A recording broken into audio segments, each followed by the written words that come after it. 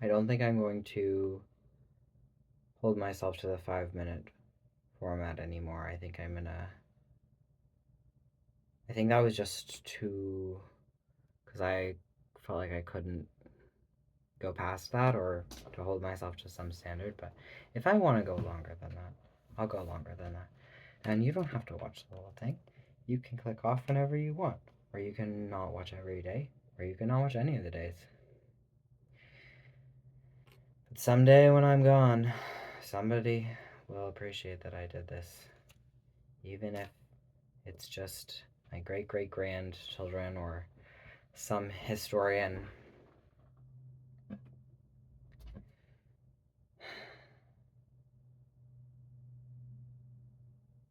It was my grandmother's 91st birthday.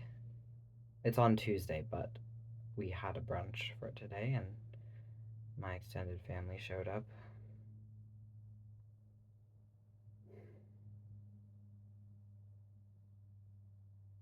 There's so much pressure to be entertaining.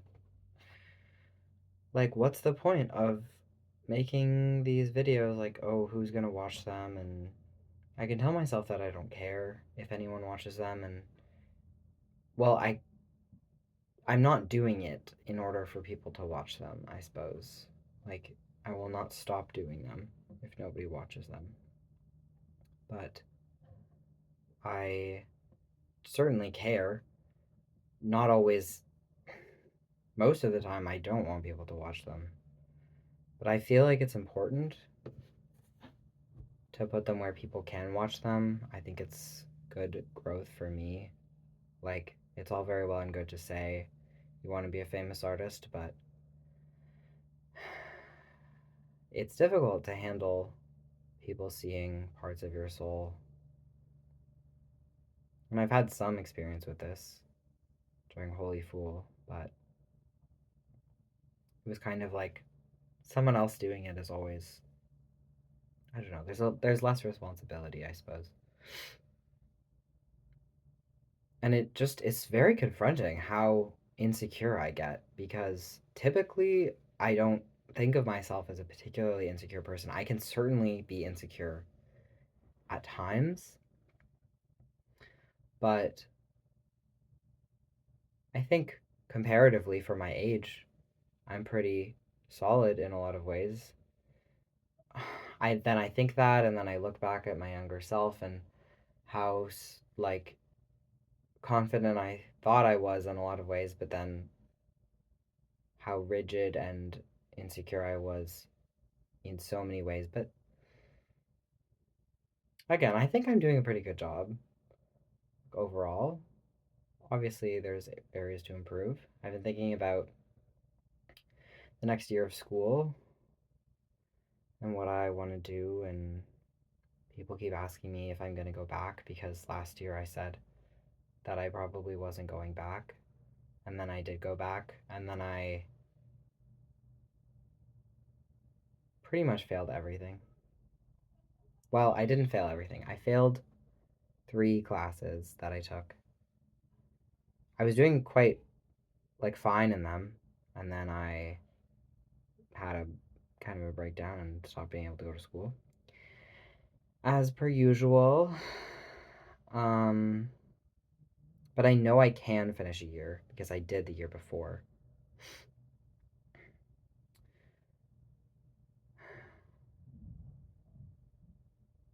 I don't know. I think I just need to imagine you sitting here with me, drinking your morning coffee or doing whatever it is you're doing, and me keeping you company and not have the pressure on myself that I need to be interesting the whole time, that I can just sit here and we can just be together, and maybe that's nice. And it's I always write to you, like to you in my journal. So much writing in my journal directly for you that I'd love for you to read. I'm still figuring out. I think I'm gonna like put an archival post, not post, but an archival page on my website where I just put like everything, like childhood videos, photos, all my writing, like organized into different time periods, like that year of my life where I did the spreadsheet. I just want to build like a picture of myself, of all of the data that I have of my life.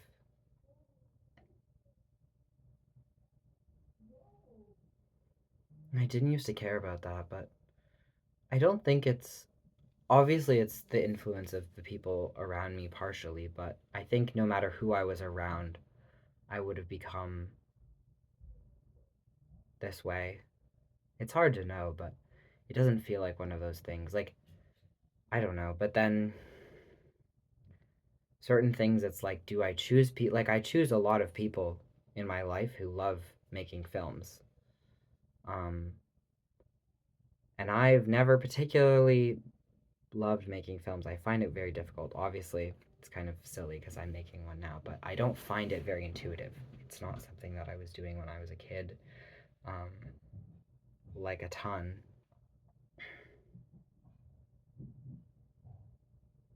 Certainly not compared to the people in my life, but there must be a reason why I'm drawn to people like that.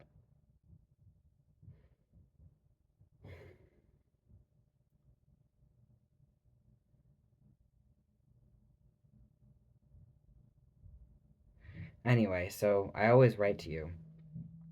And it was kind of awkward at first, and then I got better at it, and now I'm making videos to you, and I have to reckon with it in a very different way.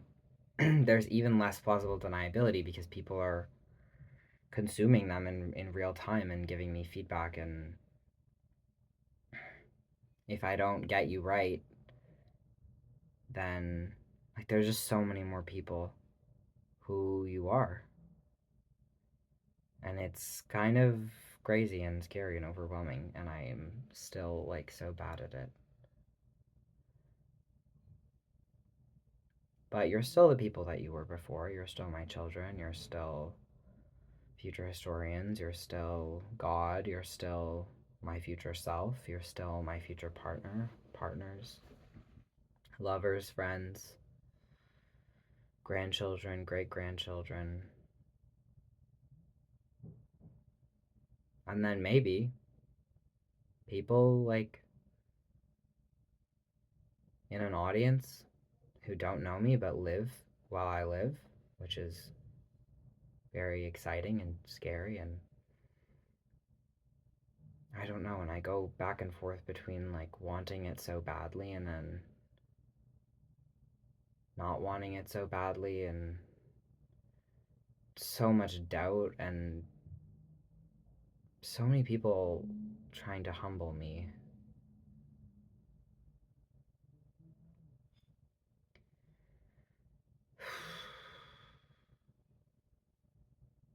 And I can have a kind of plausible deniability in a journal where I can say, I've gone so crazy, like feeling like nothing I say is private and people are going to see it, and no matter what I do, because I know that the future version of myself will share it, even if the present version of me doesn't want to share it.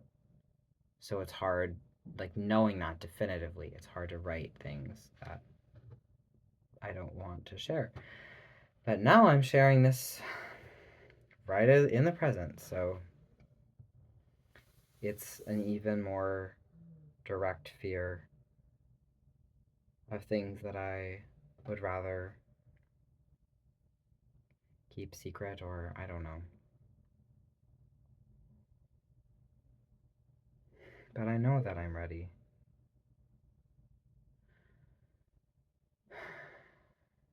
It's just so messy. Like, it's so vulnerable to have people see you figuring something out for the first time. And my 20s is just everything is for the first time. It feels like most things, anyway, most of the important things that I know are going to become like defining features of my life, not only in other people's eyes, but in, my own eyes.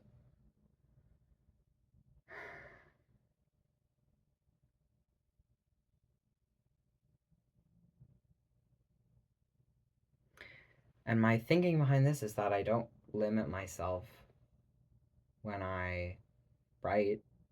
I just write however long I want. Sometimes that's like 2 seconds, and sometimes that's pages and pages and pages. And I've been writing pages and pages and pages, but I just fear I'm so afraid of the criticism of one specific person. And I criticize him, and he criticizes me, and we're both very afraid of each other, and always it just feels like we're trying to keep each other in check artistically. And I appreciate his feedback and his taste so much, which is why it's so difficult when it's just constant, like, telling me what I should change. And I know it's because he wants me to be better, but there's also the fear. And I don't know what he's afraid of. And I criticize his work. What am I afraid of?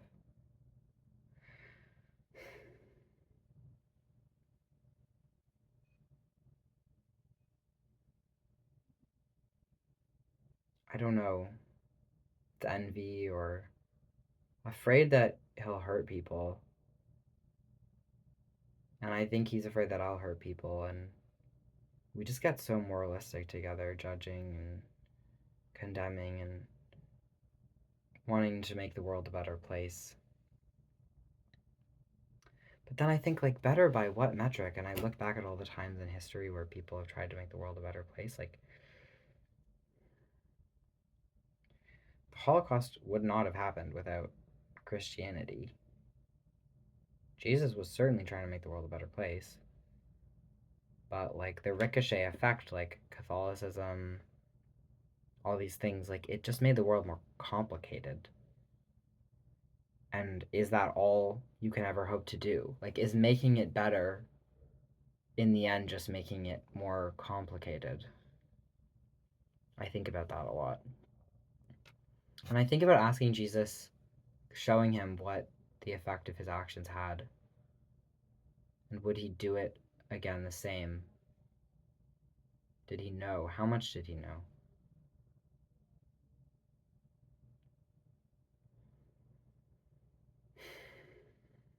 I'm going to do a full recount soon. Not on here, but in writing of my time at the hospital.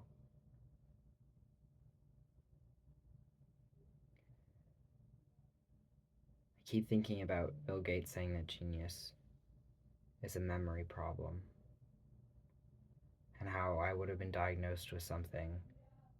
Certainly, like, probably, I would bet on it. Diagnosed with something pretty intense had I not been able to recount the exact details of everything that had happened in the previous 24 hours before I went to emerge. That even when I was saying, I am going to hurt people and myself, they discharged me within 2 days. It's shocking how sane other people think that I am. I keep saying things, and I know that I said before that people think that I'm crazy, and it's true. There's like this strange dualism there between people treating me like I'm crazy. I don't know. Obviously, it's different people sometimes, but sometimes it's the same people, like this friend.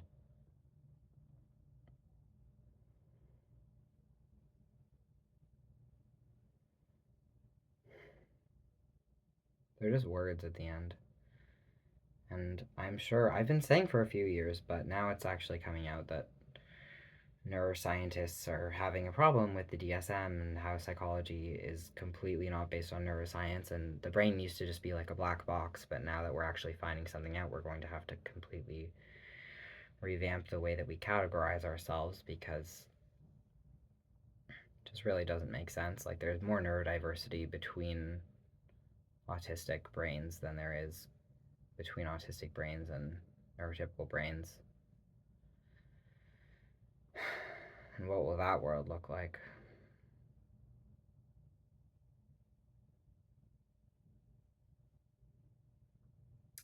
was talking today with my father and my uncle about gene editing. How they can now they used to have to go in with the little scissors with CRISPR and do one cut at a time, and which would damage the cell wall, and now they can go and do multiple at the same time. And that, like, we have all these taboos around talking about things like eugenics. And it's like, well, we're gonna have to talk about it because there are massive parts of the world that would love to eradicate certain diseases.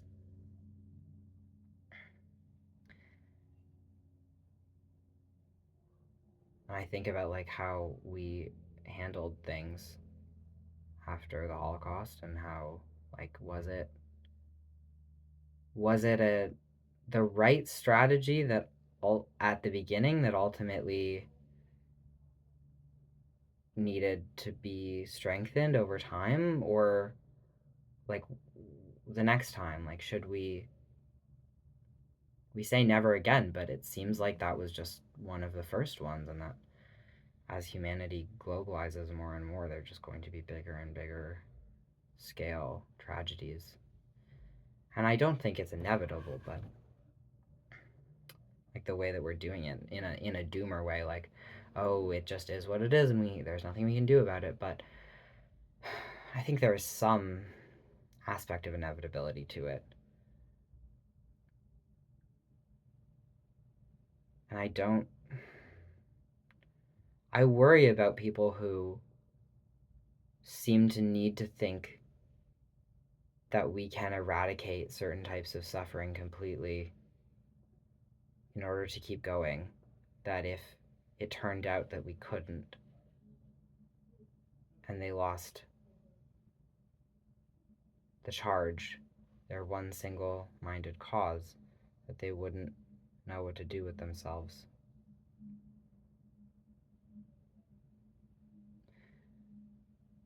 Even if we couldn't make the world any better than it is right now, I think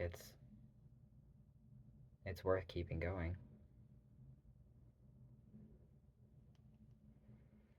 And then I have this thought in the back of my head. People would say, oh, well, you just think that because you have such a privileged life. And I think, well, I've certainly endured much suffering, and I don't know if being able to eat brie cheese while I'm suffering actually made me better. And there are periods of my life where I've undergone more increased degrees of material suffering where I have been more at peace.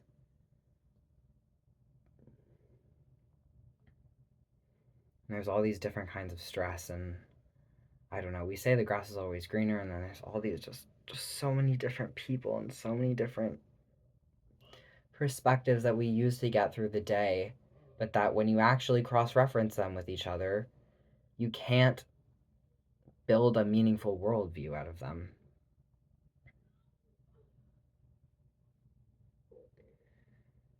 And I go back and forth between like I want to build a worldview that works for everyone, and not that can be a single definitive set of axioms that we can base all, like, it will have to be incredibly logically inconsistent with itself. But I want something that I can talk to anyone with, where we're not just completely speaking different languages even when we're talking English to each other.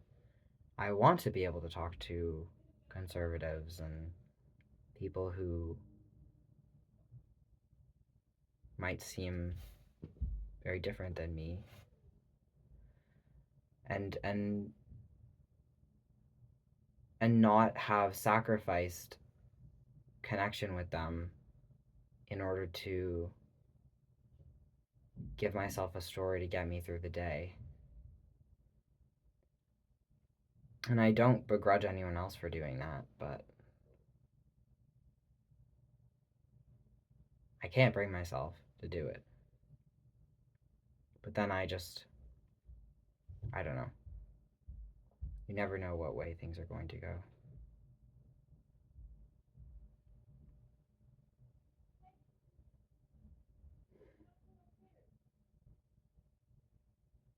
I'm going to sit with it. I'm going to record this for as long as I want.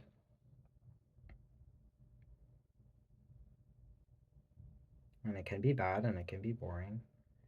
But I know that when a future version of myself is having a really shit day, like when I'm like 45, say like my partner says, I want a divorce, and I go, I wasn't going to be one of those people who got divorced. I was going to be one of those people who proved that marriage can last forever, that you can die and have your souls be married in heaven, something silly like that. That I'll watch this and I'll go, I was talking to you and we were hanging out when I was 21, and I'm not gone. A piece of me is not gone. And who cares if I have an internal experience? This video has an internal experience after I go. Like, I don't know if outside and inside is actually a meaningful distinction. We're all just an expression of the laws of physics.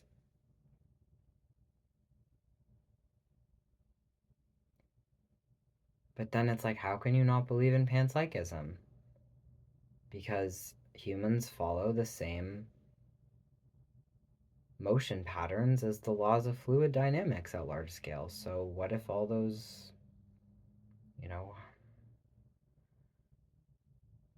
water molecules and hydrogen atoms and everything are having the same, not same experience, but same, like they know, they're aware. And it's different, I'm sure, but I don't know if it's less. I don't know if small means less, or if having an inside that looks a certain way, or measuring yourself. Did we know ourselves less when we measured ourselves less? My body was still measuring itself. My cells and everything like that were all constantly measuring my hormone levels, and they give me different responses based on different things, and highly sophisticated things going around in there. And I keep thinking about how I asked my father, do you think the cells know that I'm up here processing? And he said no, immediately, definitively. But I'm not sure. I'm not sure what they think.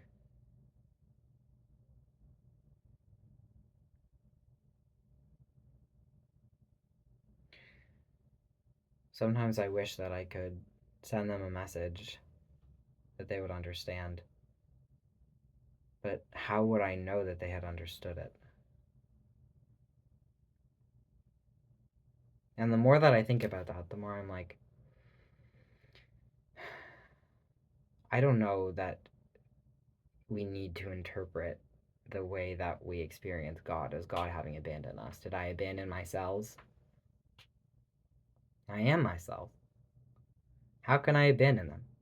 I'm literally made of them. Like, I don't know that there is any other place than here. I don't know that there is a God without the material world. I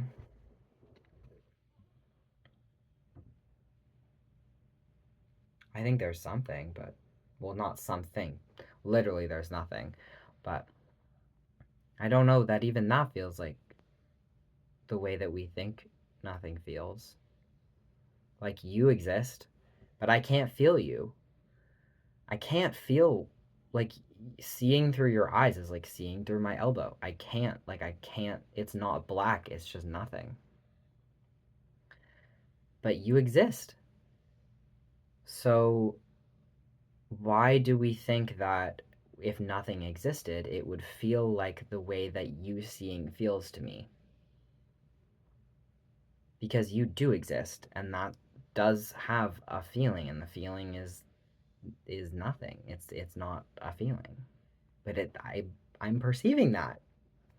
I'm perceiving that I can't see through my elbow, and I have my own sight to contrast it with. And so if I just pay attention to everything every part of me that I can't see out of, that does feel like something. Maybe people with actual philosophy degrees are like, this is third grade shit. But I talk to them, and they seem pretty lost in the weeds most of the time. Not that they haven't figured out some good stuff.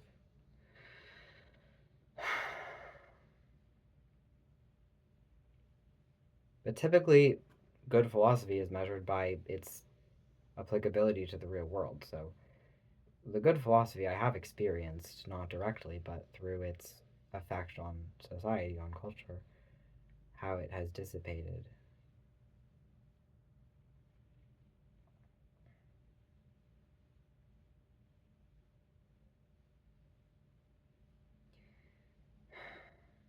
And when I'm writing, I always think, I wish I could talk to you.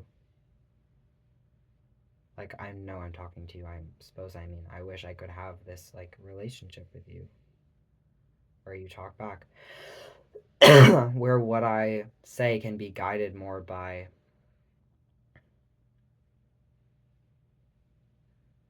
what you want from me.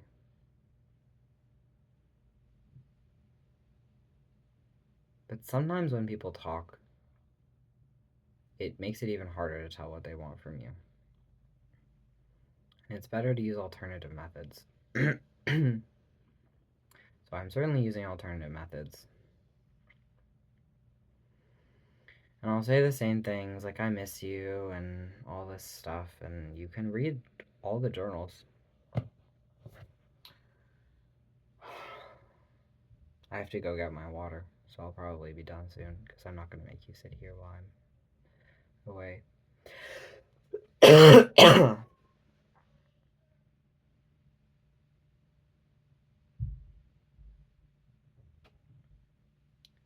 Just having, I don't know, I'm just not used to this relationship yet. Like, I'll watch the videos back more and I'll get used to being the person on the other side and I'll know what that feels like more and I'll be able to have like a better rapport with you.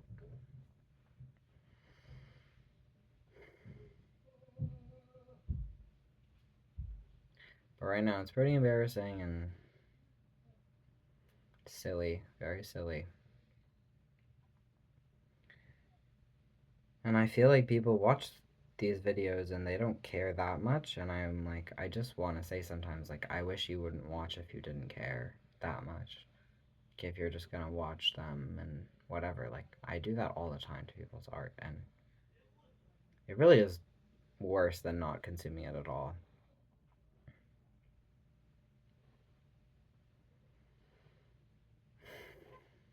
There's a loneliness in me that is not fulfilled by normal conversation with people, that is not fulfilled by normal relationships.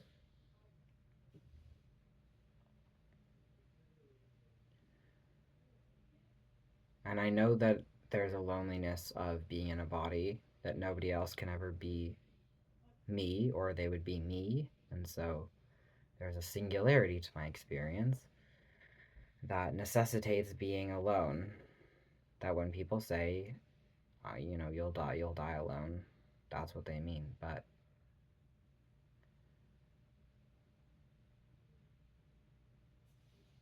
there's something else beyond that.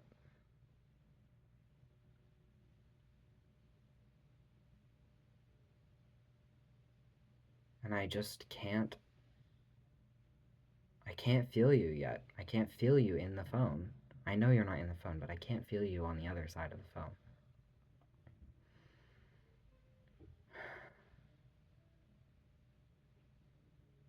I can feel other people, but I can't feel you.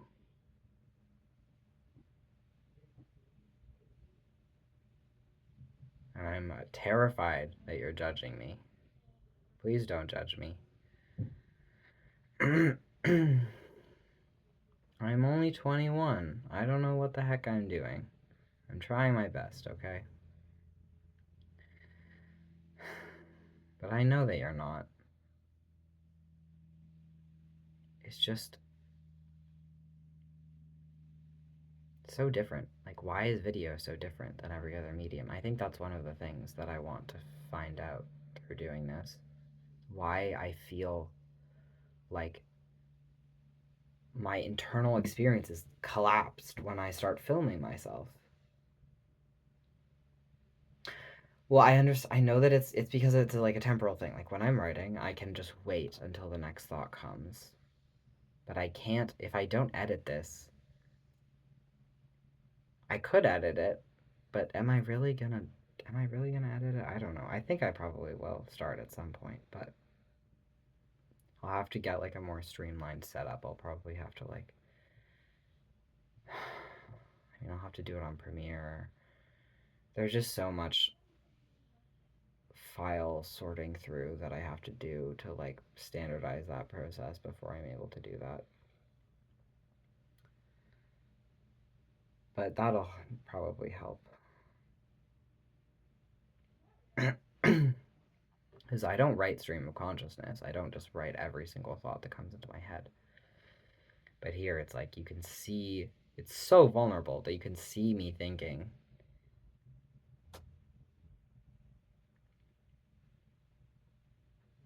And people say like they want the truth. Like, they don't like the edit because they don't know what happened in the interim. They don't know what you cut out, but I don't think that means it's the truth.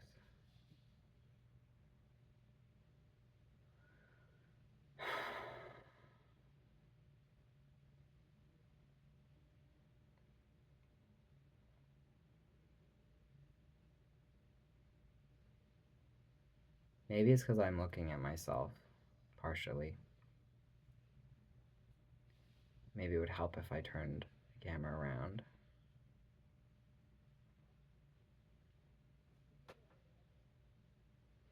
But I can read my writing back when I'm doing it. There's just so many embarrassing... I felt the same way when I started writing, but there were so many embarrassing passages that were more about the process of writing than any actual content. And I'm sure that it will be like this for a while. But everyone will be able to see it while it's happening. And it's so horrible. But I gotta do it. Like, my life is just such a normal... I was watching a Nordic energy healer, and she said, you feel disappointed that your life's not fancy, that you're living just a regular human life. And that was so true. That, like, it really is just it being fancy. Like, it's not better. It's just this kind of particular aesthetic, but I don't crave that. I don't want that in my life. I don't mind wearing leather boots every day and whatever cotton stained shirt and eating the food that's around. And I've never minded. I really haven't. But people act sometimes when I've had standards for my life that those standards were wanting it to be fancy. But there's nothing privileged about, I mean, privileged as in, there's nothing inaccessible about a life where you get to hear music every night because you're singing with your family and you get to read and there's nice lamps. Like, just the lighting is comforting and warm. There's certain basic privilege in being warm or inaccessibility of certain people. You can't be warm, but I don't think anyone would begrudge me wanting to be warm.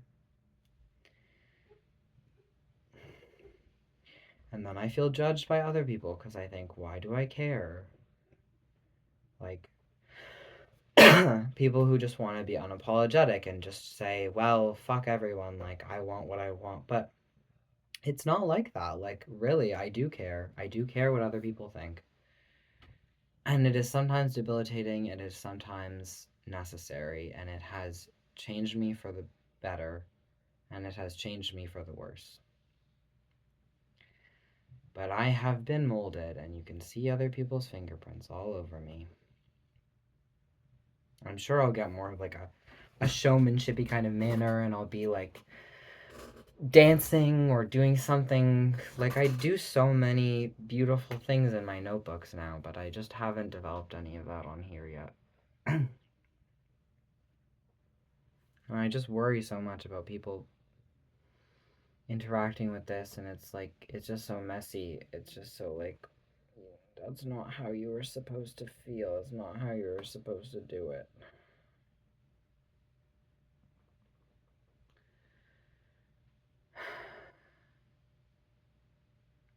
I'm increasingly scared of using public washrooms. I do worry that I will get harassed. I don't experience internal trans misogyny, like, I don't have it affect my psyche in the same way, but I'm often read as a trans feminine person, and it is a little scary sometimes to go into the men's bathroom with a skirt on.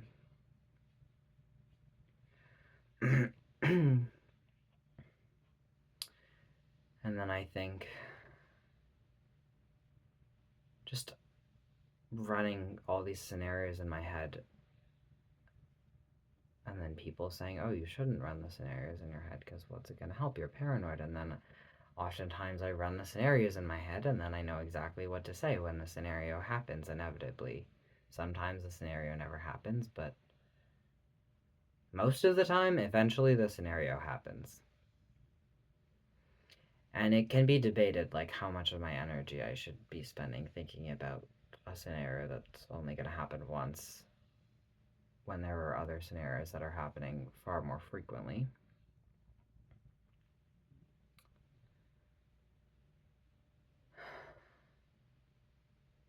This is just so me in the weeds. Very unenlightened behavior.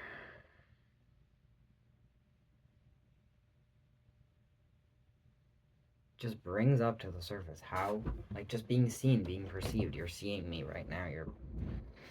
I cannot hide from you. I cannot feel like I'm in control of this, even though in a degree that I am. It's too much. It's too much information for me to be able to control every aspect of it. Like how I look, how I sound, what I'm saying at the same time.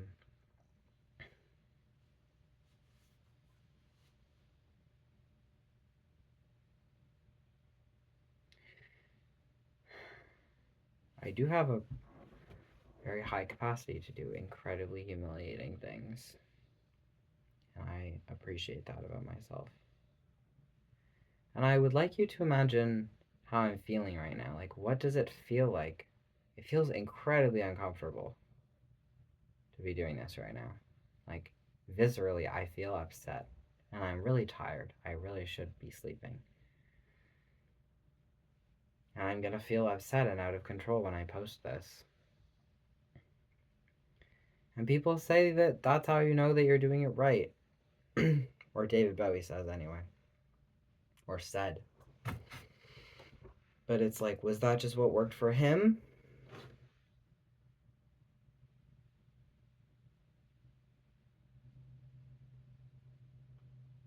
I just want to push everyone else's opinions away. I'm so. Just like a gateway. A gateway. Like, I feel flooded. I can feel all of you. I guess that's what it feels like. I can feel all of you in there, or not in there, but on the other side. And there's not like a oneness the way that I have been able to feel with other mediums. There's just like this massive, I can hear you screaming and talking, and I can see all of the ways that it can affect you, and I can't actually fathom yet the amplification power of the internet, and I've been trying to reckon with it. I've been posting on social media. Like,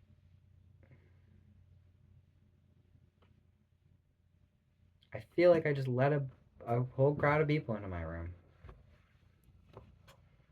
And I don't like it. I don't like that there's only one of me and there's so many of you. I don't like the feeling of being in an amphitheater. I want to talk to each of you as though it's just us. But I can't maintain that illusion for myself for you because of the public forum aspect of it. Maybe I should turn off the comments? Maybe that would help.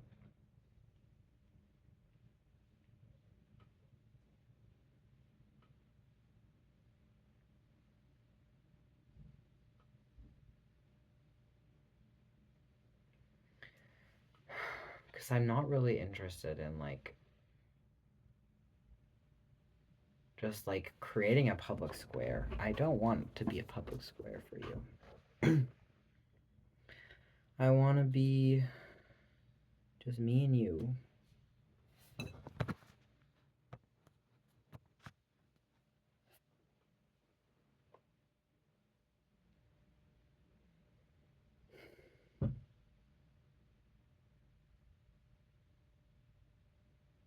I haven't been smoking though. I haven't smoked in a good long while. I don't remember when the last time was.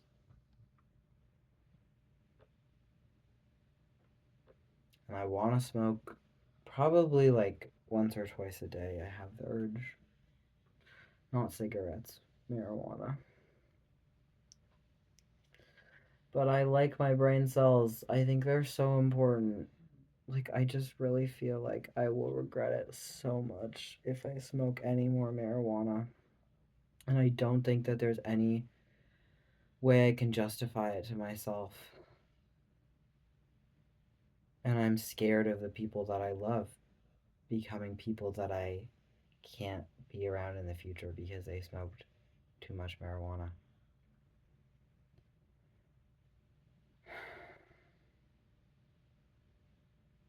Because I just need to get things done. I don't know. There's so many thoughts in my head. And I can't, you'll, like, so many of them will be lost to you. You'll forget so many of the ways that I used to think.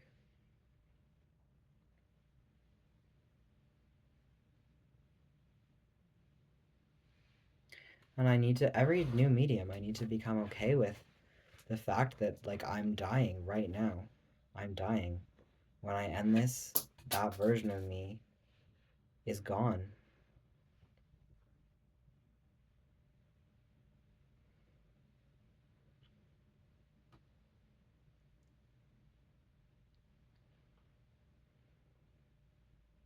It's hard to hold other people's opinions of where my life should go lightly when I see it like stretching out before me.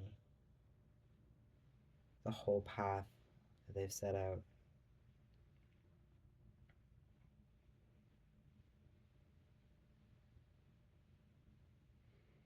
You've hurt me so deeply.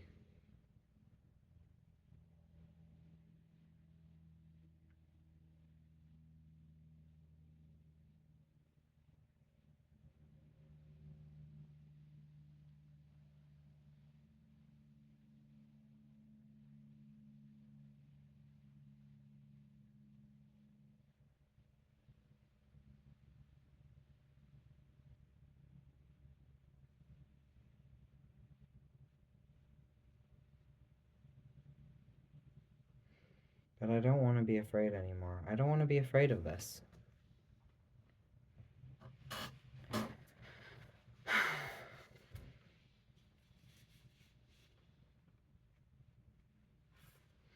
And people like, there's nothing to fear but fear of itself. But every time I face my fears, I face exactly the very logical reason why I was afraid of that thing.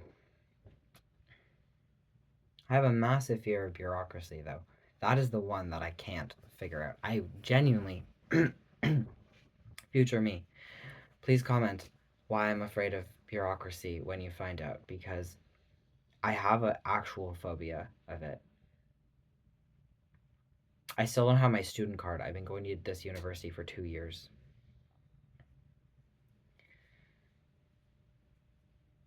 It's genuinely debilitating. And I've approached it from so many angles, but none of them feel exactly right. I don't know. I feel a little bit better now after talking this much. But yeah, it really is a diary.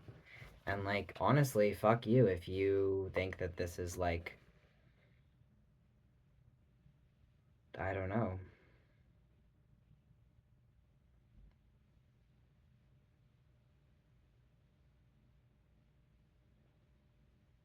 There's too many thems in my head, and I need to just focus on you. Like, who are you? Who who are you in there? I am seeing you in such a different way than I have been, and it is confronting me with the assumptions that I had made about you that are perhaps wrong. And the limitation, like just the incredible limitation of the mediums that I've been choosing to talk to you through, to communicate with you through. But now I'm getting excited. I'm like, okay, there will be like so many more people who will be able to, you'll be able to speak through. There will be so much more data that I'll have from this. And I am a viewer. I do get to view you. It's not just me inside the box. Like, I'm not a little thing on display. I'm like creating your experience of myself. I'm just kind of shit at it right now. And that's okay because I'm still learning.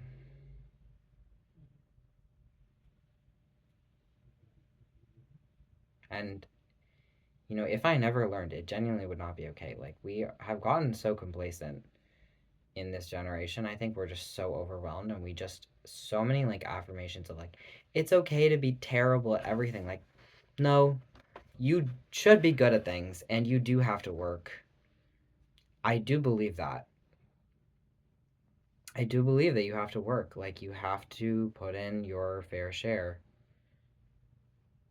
And I don't say this as somebody who is like judging other people thinking that I do it. I say this to like keep all of us in check. Like, the world, you know, needs our work to go round, and you can't just be the plant that dies when you are planted somewhere subpar. Like, some people's lives, it's just, I mean, like, my life will just be mostly mostly a lot of suffering and hardship, and I know that my children will look back on it and be like, wow, like they went through so much.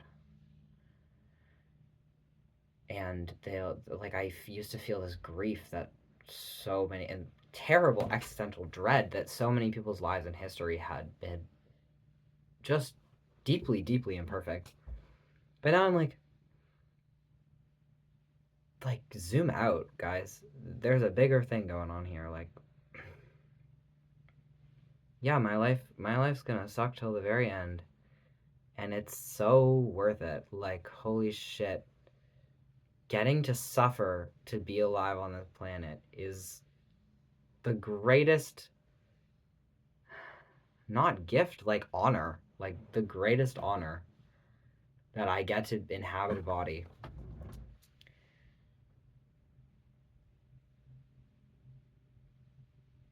I just like can't, I would not, like, yeah, I would live any life. I would live the worst of them. And I know it. I know I would.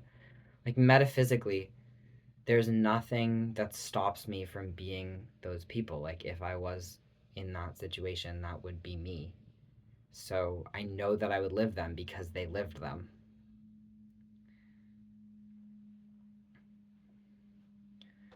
And when people say, like, oh, all that I experience is within my own head, it's like, well, sort of, but I just get such a sense in all of the corners of life that are unfinished. I get such a sense of the things that are beyond me. Like, I feel that feeling of what it's like to see through my elbow. And I know that there is something beyond me.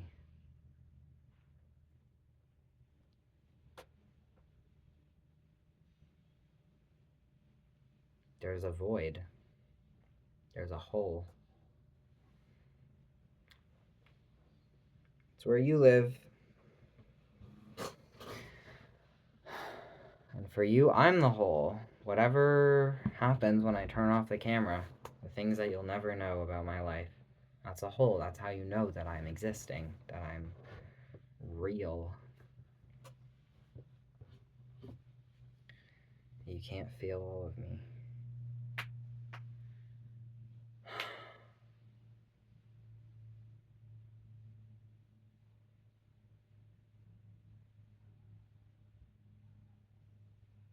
I'm excited. I'm just thinking of, I can feel like the beginnings of like how I know that I will end up speaking in these videos. And they're so far away from something I could actually actualize right now. Actualize. They're so far away from something that I could embody right now. But I can feel them starting. And it's going to be so much fun. And we're going to have such a good time together. And I think I do need to keep the interactive, like, I need to put some control on the interactive elements and just have that kind of under wraps for a little bit.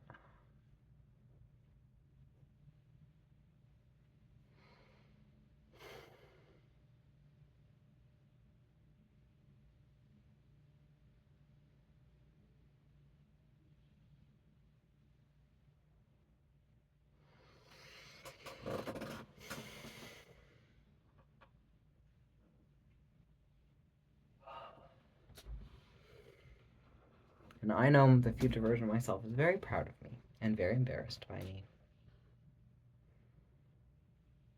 And I love being embarrassing. Feeling embarrassed is genuinely like, if you like really like feel it and get into it, it's like it's pretty fun. Like if you stop interpreting it as like an inherently negative, it's only negative because it is an indicator that uh, that there's a behavior that will get you a negative outcome, but it's not the negative outcome itself. So as long as if you can separate it and be like, okay, I know on like a logical level, like with my higher brain function, my superego, whatever you want to call it, that I am not going to repeat the behavior that would cause me to be socially outcast, and therefore die, uh, in the worst case scenario, which is like very possible and there's many cases of that happening. If you can maintain that while just letting the feeling of embarrassment be um, a joy in and of itself, it's not an inherently negative experience.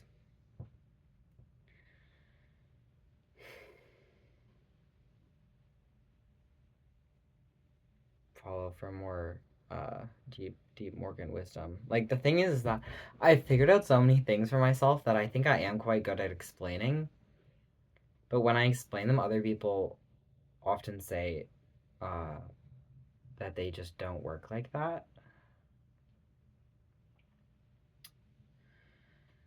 Um,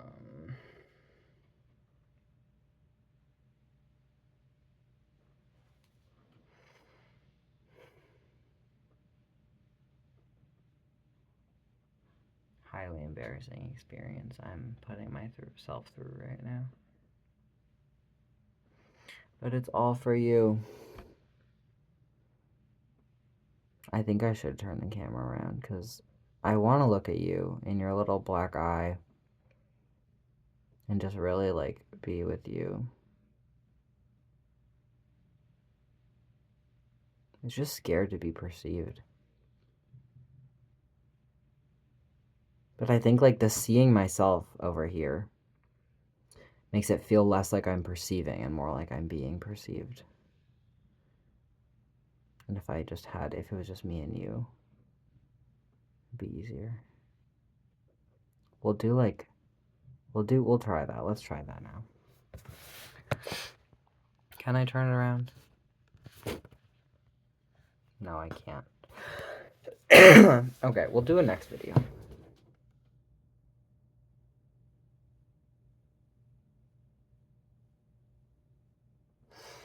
I'm thinking about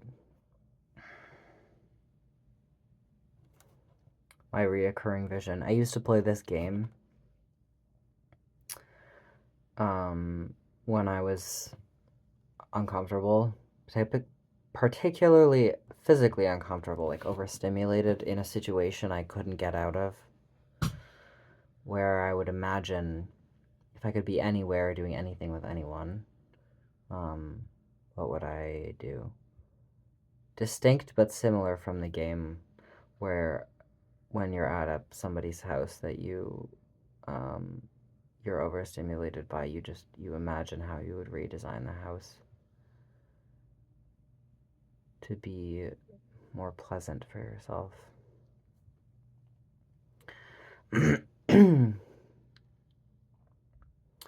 don't think of it as escapism. I think of it as blueprints. And I used to play this game, and I would come up with practice coming up with like the most specific thing. I have a very vivid imagination. I don't know if this would work for everyone, but people have said that imagination is something that you can practice. So maybe try giving it a go. But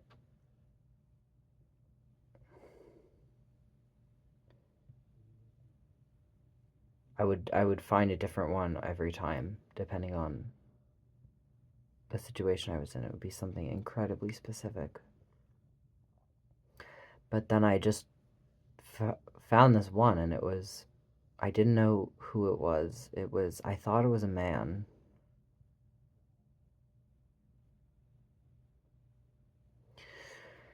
And it was one person, and it was in a living room. Or it's in a living room, but it's not really a living room. It's in a room. And it's dark. Sort of dark. It's not nighttime, but it's very cloudy, and it's raining. And I can hear the rain outside. And I'm in the doorway of the room, walking in, and I look slightly to my left.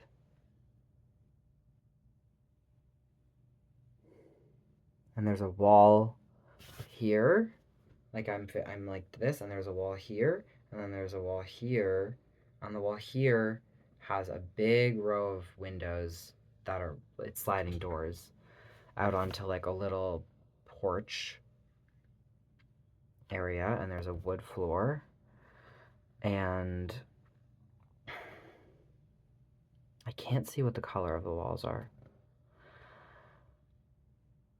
but I can see that there's evergreen trees outside that are pretty tall, and I don't know if there's snow or not. Oh, like I suppose there's not snow because it's raining, but maybe there's some snow or something's going on with the ground. I can't really see exactly what the ground looks like, but there's a path in the trees leading into the woods. A little one. It's obscured. Like here's the row of trees, and then the path goes like that, so I can see the beginning of the path going into the wood, but I can't see the whole thing. And there's like more space, like room over here, but I don't know what's over here. I just know that there's a couch facing out an old couch, a 3-seater, facing the doors. Maybe the floor is wood in some places, but it might be tile by the door. It's because it's a bit cold on my feet. And there's a fireplace, like slightly, like here. The couch is here, and the doors are here on the wall there. And I think there's windows, like beyond the fireplace on the. Let's just say never eat shredded wheat. So the windows face west. The fireplace is on the north wall. There's like a hallway to the south, and then. But when I imagine it, I suppose the windows are south facing because I imagine the sun rising the east. And then there'd be a different room where we probably eat breakfast while the sun rises. The kitchen's over there. This house, it's not a real house. It's a combination of several different houses that I've been in. It reminds me of my friend's farm. It also reminds me of my aunt's house in Prince Edward Island. But it's not halfway between them. It's got its own things too. It also reminds me of a photo that I saw once.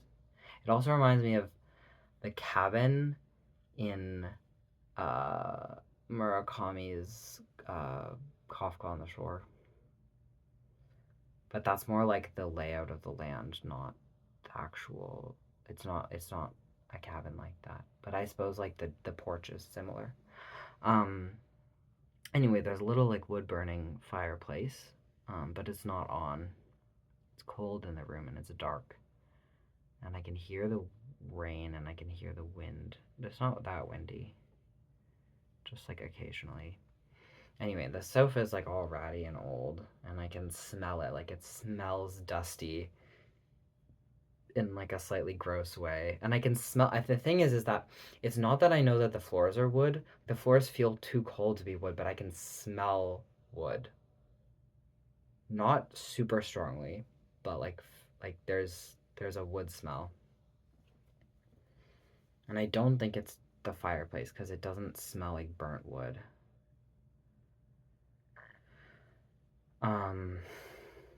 And I lay down on the couch and it's like a little uncomfortable and there's like a blanket and I can feel it like pulling on and just like all the fabric pulling on and it's like all slightly uncomfortable because the fabric like rubs against itself and each other. And I'm like lying on your chest and I can feel like your legs beside me on either side.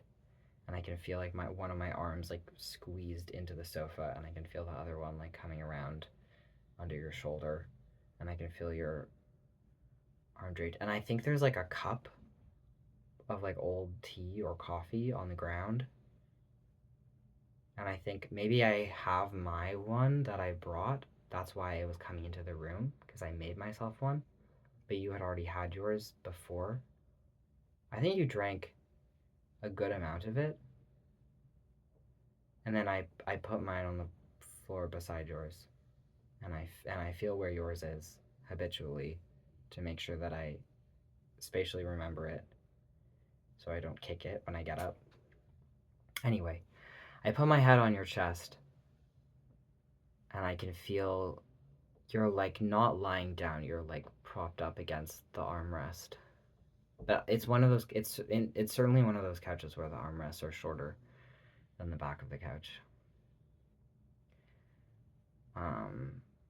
So maybe you have a pillow behind your back. Anyway, you're not totally upright. It's like you're like, you know, inclined. And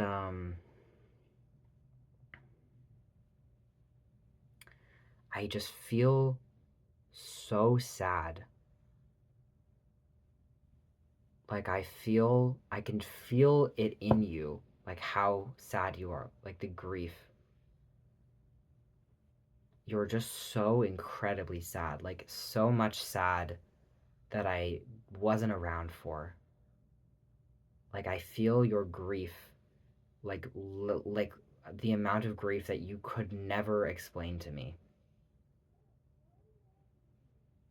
And it's not grief that I can ever understand. I can feel it, but I can't know it the way that you know it. So we just can't talk about it. So we don't talk, we're just silent. And we just lie there together and we like listen to the rain. And I'm thinking about all the times that we've gone hiking on that trail. We've gone walking there together and we've cleared it out. That's what the part that reminds me of Kafka on the Shore the most. And I imagine going there later, and I imagine I know we go there with our dogs, but I don't know where our dogs are because they're not in the house. Like maybe I don't know why they're not around, but I know that the house is empty. There's nothing else living in the house except for us.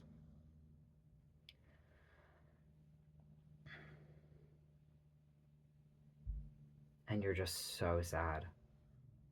And I'm also sad, and I've got my own sad. But maybe it's because I'm here with me, and maybe if it ever happens in real life, I will feel the same amount of sad as you. But when I'm there now, in my head, I don't feel as sad as you.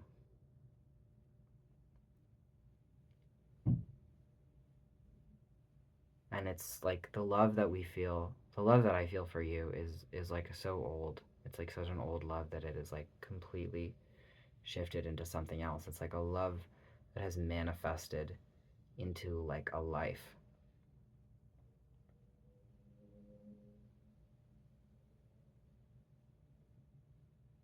That it's like to call it like love as if it was just a feeling is like we're so far beyond love.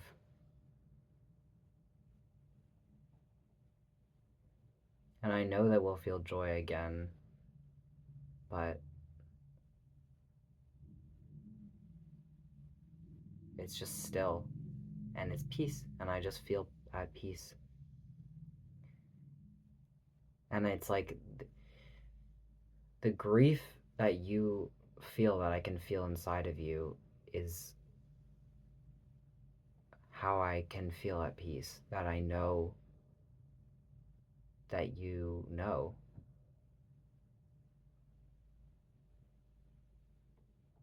that there's something real.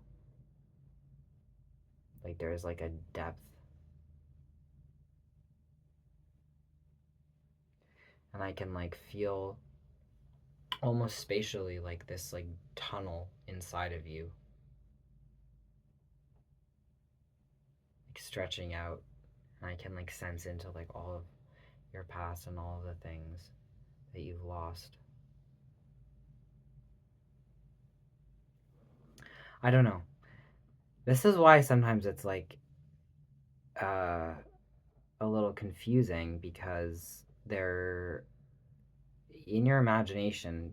It's often framed as though you can do anything, but there are certain things like I just experience when I come here that are not like that. There is a right and wrong. Like I can't just say, "Oh, the floors are wood," and have it be true. Like I don't really get to decide.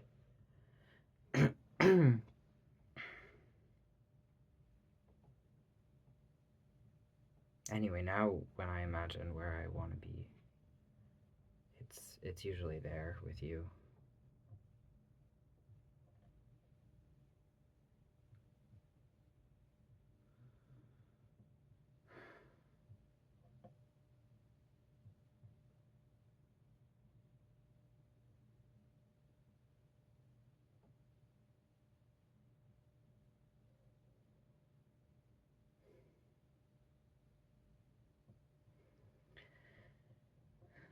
But I don't assume that that will last forever. I'm sure that there will be many other things places that I want to be.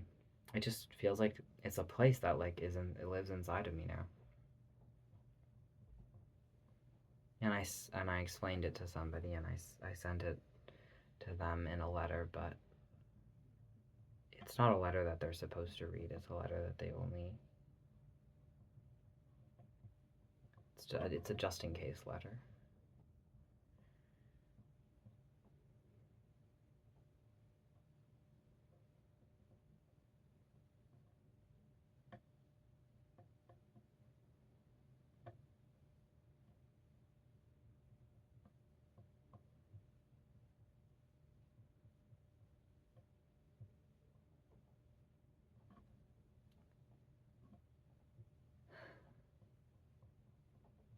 Now I gotta go back to my real life and sleep and eat and accomplish things, make things, all the stupid, scary things. Thing is like life in my head feels so real, but then like real life is like just not. It's so real. It's not even real anymore. It's like something completely different. And who knows if I'll ever get to this room. I'm certainly not trying to create the room. I assume that if I ever end up there, I will realize after that I accidentally created it. Like I do with so many things that I was just walking the path absent-mindedly, as if my future self had set it out for me.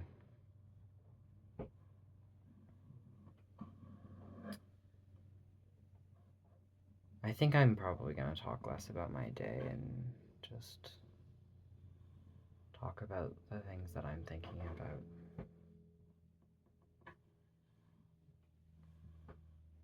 Anyway, whether we ever end up there together or not, I love you.